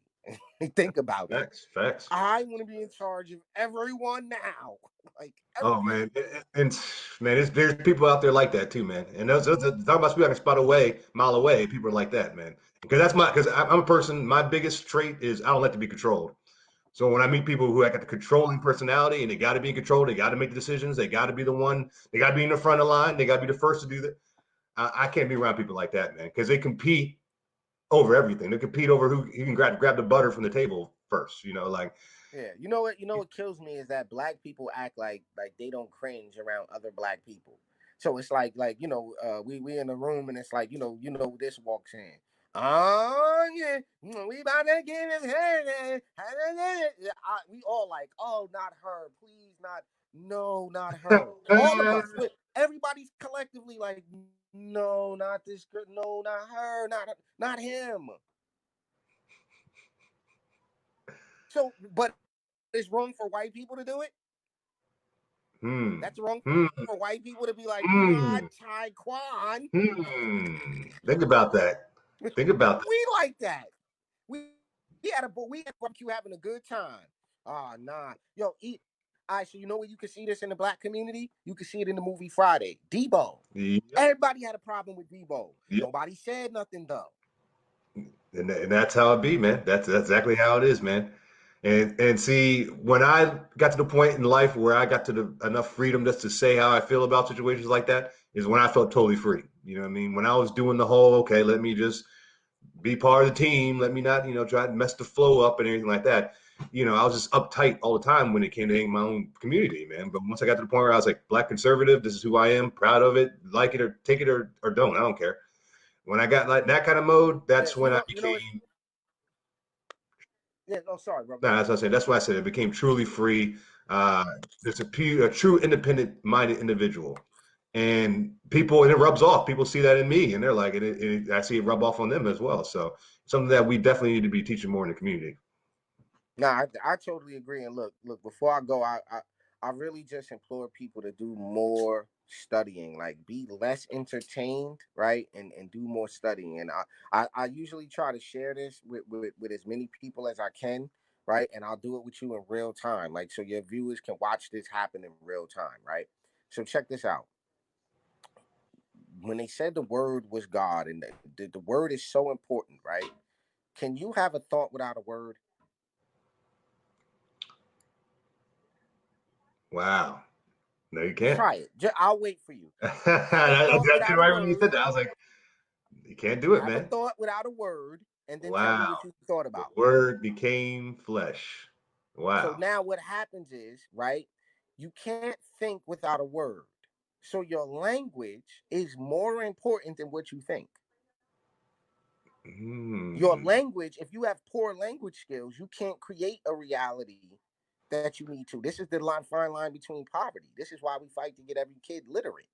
Because you And this is can't why I even. don't understand when I see illegal immigrants over here not learning our language. It's like, how do you go to another country and not learn the language? That means Well, you're never, they have to. They're in a you're situation where they always have to. But going to be at watch this this. level. So if you can't have a word without a thought, right? So then my next question goes, okay, so if you can't have a thought without a word, and your words are more important than your thoughts because those are the things that are going to shape and determine what you think. You can't only think based on what you can say.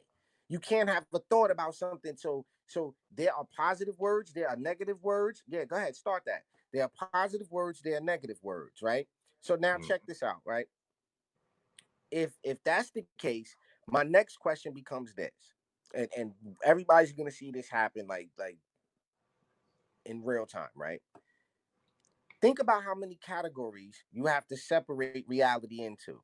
Let's deal with one piece of reality first. Time, right? Time. How many portions of time do we have to consciously and subconsciously be aware of as a human being? Let's figure it out. What year is it? Mm. What year is it? 2020. So the millennium is what? The 2000s. So we have a Yes. millennium, which is a set of what? 1,000 years. Mm-hmm. So now that you know the year, you're aware of the millennium. That's one measurement of time you are consciously aware of and subconsciously, right? Then you got to go to what? The century, which is 100 years, roughly a human lifetime. We can comprehend a century. We could comprehend a millennium too because we lived during the millennium change, right? We were alive when it went from the 1900s to the 2000s. So we could somewhat comprehend the millennium. We can definitely comprehend the century because that's 100 years. Now, that's two measurements of time we got to think about constantly that are wearing on us. Now, what's the third? We went from a century, so now we got to bring ourselves to a decade, right? A decade being 10 years. Now, I'm asking you a question. So we went from a millennium to a century to a decade to a what's the next smallest? A year. Year, then, Then month, then, weeks, then, days, then, hours, then, and minutes, and seconds, then. and All milliseconds. I right. mean, going Now that's on. 10. That's 10 measurements of time that are constantly weighing on you, right? But now Oh, here's the magical question. Here's the magic question. is that a In cutoff? order to have a second, and it doesn't matter if it's a millisecond, a Low, nanosecond, a low. tenth of a second, a fraction of a second, right? This is the number one trick they did with us. What do you have to have a second? Millisecond. Nope, because it's still up. Second. So now the reason that you can't answer this question, and most people in the comment section, everyone gets it wrong. I've asked doctors, lawyers, college professors on every subject matter from physics to theoretic physics to medical doctors to when my son was being born. I asked this of the obstetrician. I've asked everyone, and every adult human being has gotten it wrong. Children get it right. There's a reason for this. It's called critical thinking. So let's ask the question again. We started at millennium. We whittled it all the way down to a second. I told you, 10th of a second, nanosecond, 100th of a second. In order for there to be a second, what do you have to have? You gotta have time. Incorrect. In the What is comment it? section. Let's see if anybody in the comment section got In it. the comment section, anybody can know the answer to that In one? order for time to exist, in order for a second to exist, what do you have to have? And the reason we have this pressure on us and we live the way we live is because of this. The answer to this question, we don't. Life. No, absolutely not. Oh. And when I answer the question, you already know the answer, which is why we have to practice more critical thinking, because you know the answer to the question.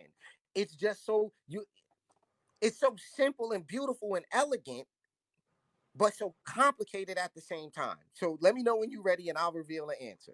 Okay, I'm ready. I'm ready. So I'm the curious. question was, in order for a second to exist, and we examined that us right now, me and you, in order to know that it's the year 2020 at 12:23 p.m., we have to be aware of 10 fractions or 10 measurements of time. We have to keep those on our mind in order to come to the point of saying it's 12:23 p.m. Eastern Standard Time, May 20, whatever it is, 2000, whatever it is. We have to go. Measurable event. Nope. Oh, Nope. that's one. That's Chad's Tulin just said that one. So Nope. Nope, sir. And no the reason. Chad. Oh, we just lost him. Well, he'll be back soon. I'm curious too to know that one too, man. I'm trying to think. Without a second, man. See if we get the answer to that one. Okay, sorry about that. Nope, That's, close. Good answer. Good answer. I meant to hit the chat because I wanted to see what he put. A measurable event. Absolutely. oh, we lost. Lost him again. Oh, 1 second. Measurable event. So without time, you can't have time without a. I keep getting kicked. I keep hitting the button by mistake. So That's, no, right? So here's what you have to have. Right? Check this out, ladies and gentlemen. And the reason you can't answer the question and kids get it right is because kids don't have 15, 20 years of educational programming. Kids naturally think about what I ask and they answer the question accordingly. And they also exist in the answer. Children exist in the answer to the question. So last time, really quickly, the question is, in order for a second to exist, in order for there to be a second, what do you have to have? How is this relevant to Ahmaud Arbery, the liberal control of our minds? It starts with an initial control of what's called your cosmogony. All right. If I can control your cosmogony, hold on. No, I'm coming right now. Cosmogony, Chad just not threw out a cosmology. medium in which time can move. No, sir. Absolutely not. I told you, grown-ups always get it wrong. Noah, don't answer the question because you've heard me say it. Right? So when you control somebody's cosmogony, which is the branch of science that deals with the origin of the universe, especially the solar system. So your how you perceive time, how you perceive the question of what is this universe that we're in is called your cosmogony. Who gave you your cosmogony or your model concerning the origin of the ether or the cosmos? Who gave you your cosmogony? Right? Not cosmology, cosmogony. Cosmogony, okay? So, to answer your question, the answer to the question is quite simple, ladies and gentlemen. In order for there to be a second, and you must exist here, true freedom, right? True understanding comes from existing where I'm about to show you. It is the first. You cannot have a second without a first. Try it. You Oh, don't start. wow. So now you can't leave. You are welcome to now because I don't have a time. Time is a concept. It's not a thing. I live in the now and now, not the second. The minute you look at the seconds, there's 60 of them there, but there are no first. There are no first on the clock. There's only 60 seconds. So by controlling your cosmogony, your conceptualization of time, the time is the fluctuation of a cesium atom. No, sir, it's not. Time is a concept, right? That is So true. so critical thinking tells us you can take the pressure of time off of you by realizing you can just live in the first. I'd never know what time it is unless those are coordinates for me to meet. Those are the Hmm. third dimension of coordinates. We talk about dimensions. You have longitude, you have latitude, you have elevation, and you have time. Those are coordination points to meet. Those are coordinates. Those are not things. Those Yeah, are right. coordinates. So I can say, me and Christopher are meeting where? What's the elevation? What floor of the building? What is the longitude and the latitude? And then what other coordinate do we need? When? That's Because we true. could say all of those other ones, we could say longitude, latitude, elevation, but that doesn't tell us at what point when the sun is over the sky and we would come up with something. You said a bowl of water and this much water. I said a bowl and this much water. And when the water reaches this level, we'll meet. Those are just as good clocks as the ones with the numbers. Right, right. So we've agreed to some of these conceptualizations with little investigation, and we've put the pressure of being alive on ourselves. This is what they've done. They've controlled our conceptualization of time. That begins the crack in controlling the rest of your view of reality. This is not mumbo jumbo. This is not what we call pseudoscience. These are provable facts. What I just said, you do not start counting at two. No one does. Science backs me up. What is science? Science is the explanation of how nature does her business. So science isn't experiments all the time. Science isn't endonology all the time. Science is the ability to rationally explain to people the mechanisms of nature. So I invest a lot of time studying because I have a mind and I need to understand the development of it. You have a mind, you have a brain. So the brain and the mind are connected. So you are what you eat. You are what you watch. You are what you surround yourself around. You are who you hang out with. You are what you become. These are all true adages, right? Yeah, So that's very true. I again, bro, I appreciate it because I know Facebook got rid of us the first time. So I appreciate you bringing me back on to have this conversation, man.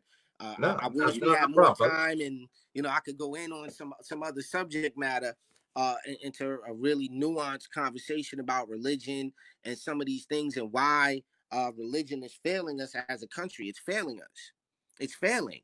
If the job of religion is to bring us out of the depths of despair, and we see black people are not coming out of the depths of despair, and 38% of us live in poverty, right? That ain't the majority, but that's a high number. 73% of us are being born in single parent households, upwards of 70%. So how can that work if we're the most religious group of people in the country? How can that work if we got a church on every corner? Something Mm, that's going on in there isn't right. Something mm. that the religious community is doing has pushed young people out of the doors. Politics, man. Politics as usual. That's what does. That's pushed me out I'm when I I'm was saying younger. it's not just politics, but you can only lie to people for so long. Let me show y'all this book real quick, Mm. right? All right, Uh, Mass Delusions, all right? Uh and the Madness of Crowds. This is a book that I suggest you Madness all of get. Crowds. I remember that book. Extraordinary Popular Delusions, right? And the Madness of Crowds is the name of the book, right? And this book details the popular delusions of the 1817 and 1800s, whereby large groups, and when we say large groups, we're talking about people in the hundreds of thousands and upwards, millions of people fell for popular mass delusions. There are such things. Humans fall for popular mass delusions. All right. So I really want y'all to look at that book because what I'm suggesting is that the religious theocracy, the people that have been tasked with controlling the dissemination of religious information, those people realize this a moneymaker, and they've proceeded to take advantage of having first and primary access to that information. Meaning the elders, the older generation who know, right? Some of them and most of them benefited from it. in the ways that the communities where a lot of these churches are don't benefit. And it should be the other way around. The church should be the shabby looking building, not the community around the church. That's backwards. Hey, That doesn't make sense. look at Christ. I mean, Christ was the King of Kings when it comes to the Jews, and he was born in a manger. You No, know, I mean all of these things are up for conversation. You know what I mean? And this is what I think. I like this is just my personal opinion, bro. Like I really think we have a lot of studying to do. I want to breathe life into, and you know, for those that's watching that's interested, we do a religious study group. I think these things are imperative to get out there because there's so many misinterpretations and misuse of our ancestors' information, and we're not seeing what the books what the book's intentions are. We're not seeing that come through. Are we But it's seeing the saying you're intention? wrong. You guys are old. We're in new school. We know what's the new. You guys don't know any better. This is the new way. We're going to do it. Nah, and this We was don't never look the at instead of intentions of looking the at book. history and saying what were they trying to tell us. Right, and I think those two things are different behaviors. You know what I'm saying? They're different end games, if you will. So yeah, bro. I listen. I appreciate you having me on, bro. Like I said, and I'm willing to come on anytime you want to have a conversation. And shout out to everybody that checks out your platform. Make sure to check us out, the Urban Conservative, on Facebook, YouTube, and Instagram. Shout out to my twin brother, Abdul Ali. And just just mess with us, man. Add us on Facebook, and Instagram and all that good stuff. And make sure to keep supporting the brother Chris, and what Yeah. he's got going on. Share those videos, tag some friends in these videos that he's doing, and support the brother Christopher, man. I appreciate you bringing me on. No, anytime, brother, man. I appreciate you taking the time of your day to come on. All right, absolutely, yeah. So, because I'm at 1%, I don't want it to bang out on you. So, yo, peace I and hear love you, to the brother. family. Appreciate y'all. Much love, bro. I'll talk to you soon, and hit me off air, man. Let's try to do this again, man. I want to keep doing this. Oh, yeah, that man. We got something good going on here, man. So get your brother on next time too, man, so we can do some real work. Absolutely. All right, brother Chris. Have a good day. Peace and love, you guys. All right, Raheem, take it easy, brother. Well, there you guys have it. And what you guys see what I'm trying to do, I'm trying to reach out to different conservatives in New York areas. A lot of us out here holding it down, a lot of real patriots.